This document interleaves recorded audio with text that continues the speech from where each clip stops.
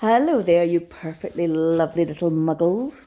My name is Sarah, and this evening I am reading from Harry Potter and the Philosopher's Stone by J.K Rowling.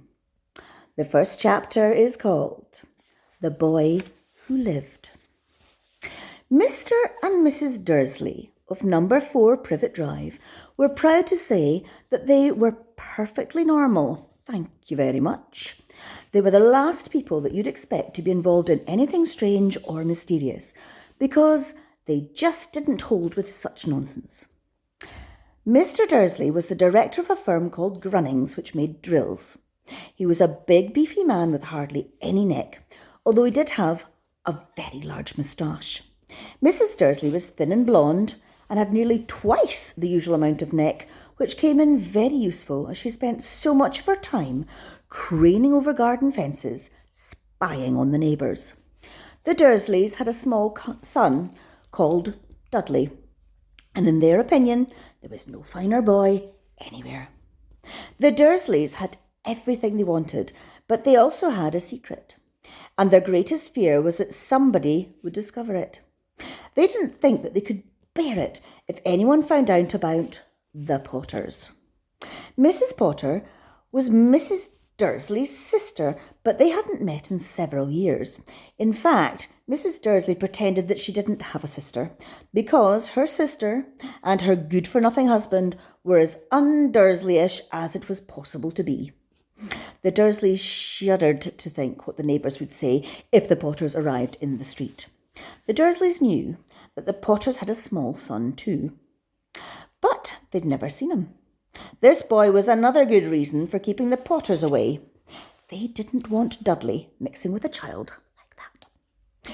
When Mr. and Mrs. Dursley woke up on the dull grey Tuesday that our story begins, there was nothing about the cloudy sky outside to suggest that strange and mysterious things would soon be happening all over the country. Mr. Dursley hummed as he picked out his most boring tie for work, and Mrs. Dursley gossiped away happily as she wrestled a screaming Dudley into his high chair. None of them noticed a large tawny owl fluttering past the window.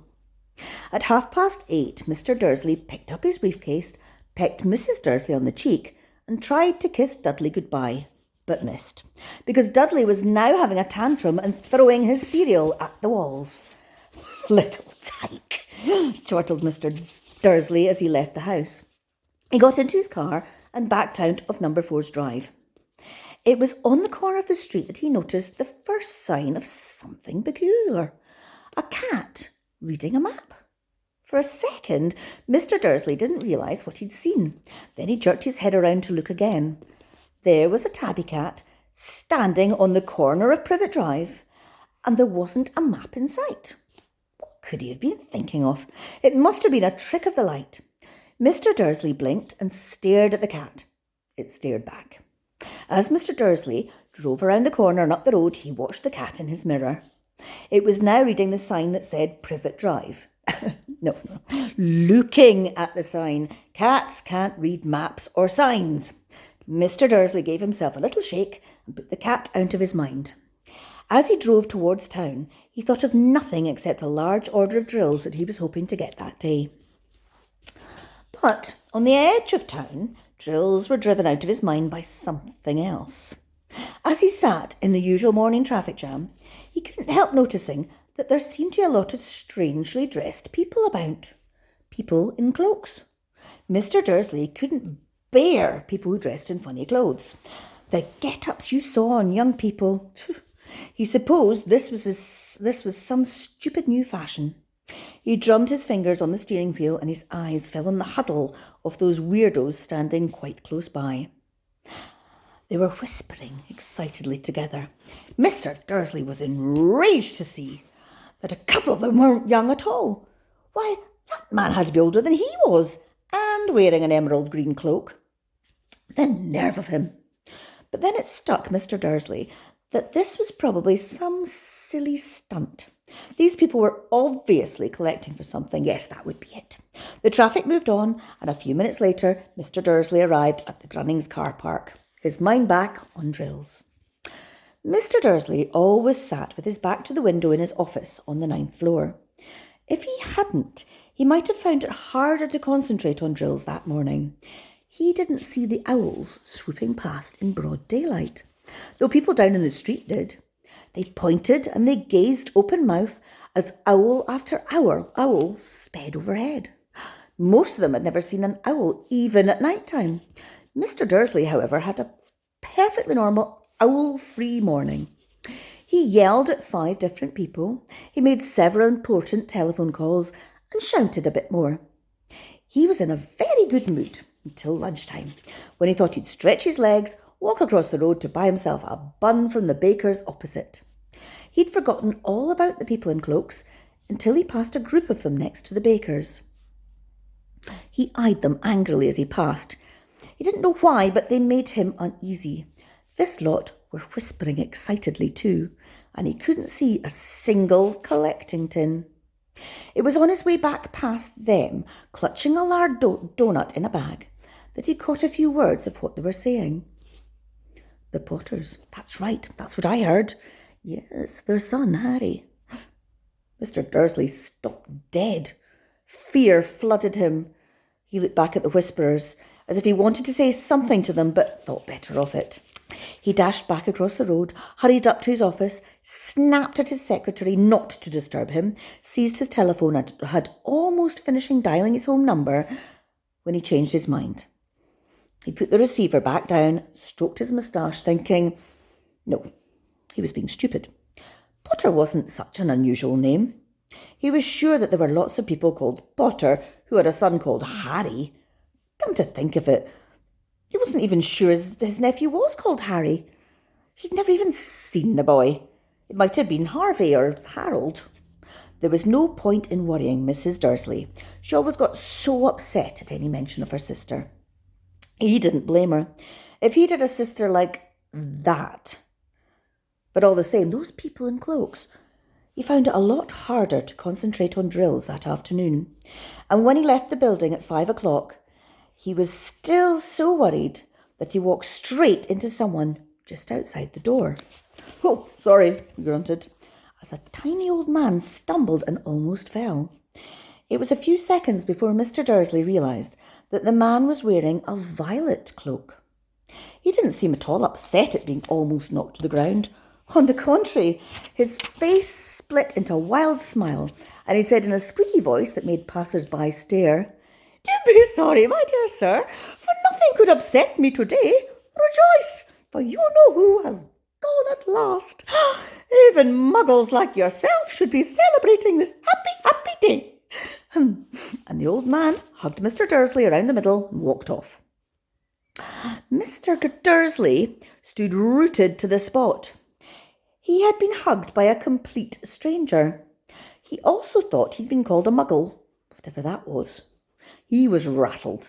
He hurried to his car and set off home, hoping he was imagining things, which he had never hoped before because he didn't approve of imagination. As he pulled into the driveway of number 4, the first thing he saw, and it didn't improve his mood, was the tabby cat he'd spotted that morning. It was now sitting in his garden on the wall. He was sure it was the same one, had the same markings around its eyes. "Shoo!" said Mr. Dursley loudly. The cat didn't move. It just gave him a stern look. Was this normal cat behaviour, Mr. Dursley wondered? Trying to pull himself together, he let himself into the house. He was still determined not to mention anything to his wife. Mrs. Dursley had had a nice, normal day. She told him over the dinner all about Mrs. Next Door's problems with her daughter and how Dudley had learnt a new word, shan't. Mr. Dursley tried to act normal. When Dudley had been put to bed, he went into the living room in time to catch the last report on the evening news. And finally, bird watchers everywhere have reported that the nation's owls have been behaving very unusually today. Although owls normally hunt at night and are hardly ever seen in daylight, there have been hundreds of sightings of those birds flying in every direction since sunrise. Experts are unable to explain why the owls have suddenly changed their sleeping pattern. The newsreader allowed himself a grin. Most mysterious. And now, over to Jim McGuffin with the weather. Going to be any more showers of owls tonight, Jim? Walted. said the weatherman. I don't know about that, but it's not only the owls that have been acting oddly today. Viewers as far apart as Kent, Yorkshire and Dundee have been phoning in to tell me that instead of the rain I promised yesterday, they've had a downpour of shooting stars. Perhaps people have been celebrating bonfire night early. That's not until next week, but I can promise a wet night tonight. Mr. Dursley sat frozen in his armchair. Shooting stars all over Britain, owls flying by daylight, mysterious people in cloaks all over the place, and a whisper about the Potters. Mrs. Dursley came into the living room carrying 2 cups of tea. It's no good. He would have to say something to her. He cleared his throat nervously. Petunia, dear, you haven't heard from your sister lately, have you? As he expected, Mrs. Dursley looked shocked and angry. After all, they normally pretended that she didn't have a sister. Oh, she said sharply. Why? Funny stuff on the news, Mr. Dursley mumbled. Owls, shooting stars, lots of funny-looking people in town today. So? Snapped Mrs. Dursley. Well, I just thought maybe something to do, with her lot. Mrs. Dursley sipped her tea through pursed lips. Mr. Dursley wondered whether he dared tell her he'd heard the name Potter. He decided he didn't dare. Instead, he said as casually as he could, their son, he'd be about Dudley's age now, wouldn't he? I suppose so, said Mrs. Dursley stiffly. What's his name again? Howard, isn't it? Harry. Nasty common name, if you ask me. Oh, yes, said Mr. Dursley, his heart sinking horribly. Yes, quite agree. He didn't say another word on the subject as they went upstairs to bed. While Mrs. Dursley was in the bathroom, Mr. Dursley crept to the bedroom window and peered down into the front garden. The cat was still there. It was staring down Privet Drive as though it was waiting for something. Was he imagining things? Could all this have anything to do with the Potters? If it did, if it all got out that they were related to the pair of... Well, he couldn't bear it. The Dursleys got into bed. Mrs. Dursley fell asleep quickly, but Mr. Dursley lay awake, turning it all over in his mind. His last comforting thought before he fell asleep was that, even if the Potters were involved, there was no reason for them to come near him and Mrs. Dursley. The Potters knew very well that what he and Petunia had thought about them and their kind. He couldn't see how he and Petunia could get mixed up in anything that might be going on. He yawned and turned over. Oh, it couldn't affect them. How very wrong he was. And I'm going to stop there. And I am going to carry on reading the first chapter of Harry Potter and the Philosopher's Stone tomorrow evening.